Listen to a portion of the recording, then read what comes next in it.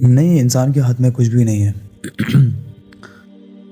انسان کے اختیار میں کچھ بھی نہیں ہے۔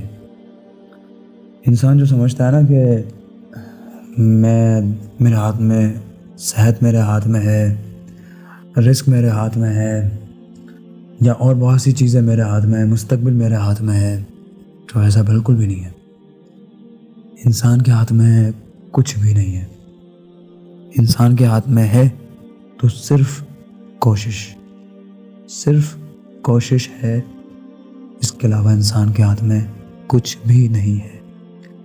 تو پھر کس کے ہاتھ میں ہے؟ خدا کے ہاتھ میں ہے، اللہ کے ہاتھ میں ہے جو بھی ہے۔ کوشش انسان کے ہاتھ میں ہے، انجام اللہ کے ہاتھ میں ہے۔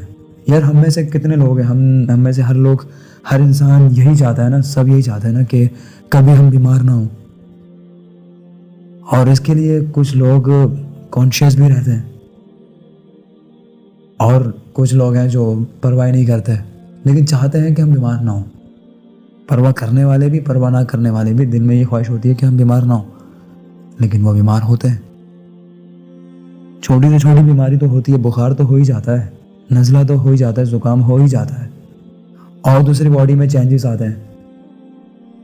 آنکھیں 10 سال بعد کام نہیں کرتی، کون چاہتا ہے کہ میری آنکھیں کام نہ کریں؟ سب یہ چاہتے ہیں نا کہ میری آنکھیں کام کریں، میرے کان ٹھیک سے کام کریں، میرے کان دور سے آتی ہوئی آواز کو بالکل پرفیکٹ سن لیں۔ تو انسان کے ہاتھ میں کچھ بھی نہیں ہے، انسان بے بس ہے۔ بہت سے لوگ ہیں جن کو بالکل ٹھیک ہوتے ہیں اور اچانک دل کا اٹیک پڑتا ہے، دل کا دورہ پڑ گیا بھائی۔ کچھ لوگوں کی فوراً ڈیتھ ہو جاتی ہے، تو کچھ لوگ اس درد کو برداشت کر کے سروائیو کر جاتے ہیں۔ کچھ لوگوں کو شوگر ہو جاتی ہے، تو وہ چاہتے تو نہیں ہے مجھے شوگر ہو، لیکن ہو جاتی ہے۔ تو پتہ یہ لگتا ہے کہ بھائی انسان بالکل بے بس ہے۔ انسان 10 سال کی پلاننگ کر لے، 20 سال کی پلاننگ کر لے، اگر حکم اللہ کا آپ کی پلاننگ کے مطابق نہیں ہے تو ہوگا وہی جو اللہ چاہتا ہے۔ آپ چاہتے ہو کہ ہم جہاں بھی جائیں ہماری عزت ہو، لیکن اگر خدا نہیں چاہتا تو آپ لاکھ کوششیں کر لو، آپ کو عزت نہیں ملے گی، کیونکہ خدا فرما رہا ہے کہ وَتُعِزُّ مَن تَشَاءُ وَتُذِلُّ مَن تَشَاءُ۔ ہم جسے چاہیں گے عزت دیں گے اور جسے چاہیں گے رسوا کر دیں گے، ذلیل کر دیں گے۔ تو سب اللہ کے اختیار میں ہے۔ آپ چاہتے ہو کہ آپ کے پاس بھرپور مال دولت ہو، آپ محنت بھی کرتے ہو، آپ پلاننگز بھی کرتے ہو، سب کچھ کر رہے ہو، آپ اسٹریٹجی بنا رہے ہو، آپ سب کچھ کر رہے ہو، لیکن خدا کا حکم نہیں ہے تو آپ کو رزق نہیں ملے گا، آپ کی پلاننگ ساری ادھر ہی کدھر ہی رہ جائیں گی۔ آپ چاہتے ہو مرنا چاہتے ہو، آپ کوئی بھی نہیں مرنا چاہتا۔ مائیکل جیکسن کب مرنا چاہتا تھا؟ مائیکل جیکسن نے کتنی لمبی پلاننگ کری ہوئی تھی، کتنے سال جینا چاہتا تھا وہ، اور ساری اسٹریٹجی بھی اپنائی اس نے، اپنی ہیلتھ کو لے کے کتنا کانشیس تھا وہ، لیکن مر گیا۔ تو اللہ جو چاہتا ہے نا وہی ہوتا ہے۔ آپ کی زندگی میں مسائل ہیں، اللہ کے حکم سے ہیں۔ اللہ چاہتا ہے کہ مسئلے آئیں۔ آپ کے پاس دولت نہیں ہے، اللہ کا حکم ہے تو نہیں ہے، دعا کریں گے ہم۔ اب ایسا بھی نہیں ہے کہ اللہ کا حکم ہے تو ہم اس کو چھوڑ دیں گے، نہیں۔ حالات اگر ٹھیک نہیں ہے، بیماری ہے تو صحت کی دعا کرنی ہے اور جا کے ٹریٹمنٹ کروانا ہے۔ ویسا بھی نہیں ہے کہ اللہ کا حکم ہے پڑھے رہو، نہیں۔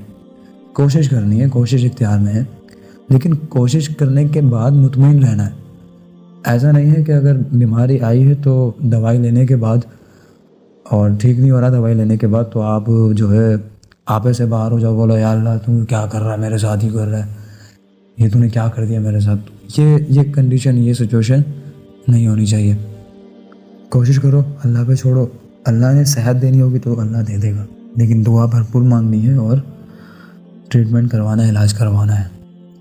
ایک فارمولہ پیش کرنا چاہوں گا میں آپ کے سامنے، زندگی کا بہترین فارمولہ ہے، بہترین فارمولہ ہے، بہترین فارمولہ ہے۔